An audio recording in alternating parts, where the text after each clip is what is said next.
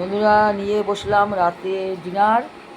কী দিয়ে খাচ্ছি বন্ধুরা? আজকে হচ্ছে রুটি, গরম গরম রুটি, তড়কা হচ্ছে পেঁয়াজ। রুটির সাথে তড়কার সাথে পেঁয়াজ না হলে চলবে না, তাই নিয়ে বসেছি পেঁয়াজ, তড়কা, রুটি, আর সাথে আছে মুখ মিষ্টি করার জন্য আম। চলো এই খাওয়া দাওয়া করছি বন্ধুরা। তোমরা কী দিয়ে খেলো অবশ্যই কমেন্টসে জানিও। আমি এই দিয়ে খাওয়া দাওয়া করছি। তোমাদের যদি তড়কা খেতে ইচ্ছা করে রুটি দিয়ে, তাহলে চলে আসো, ঠিক আছে? চলো এখন নিয়ে বসে যাচ্ছি খেতে রাত্রের খাবার, ঠিক আছে বন্ধুরা? খাওয়া দাওয়া করছি, তোমরাও খেয়ে নাও। আবার তোমাদের সাথে কালকে আবার দেখা হবে।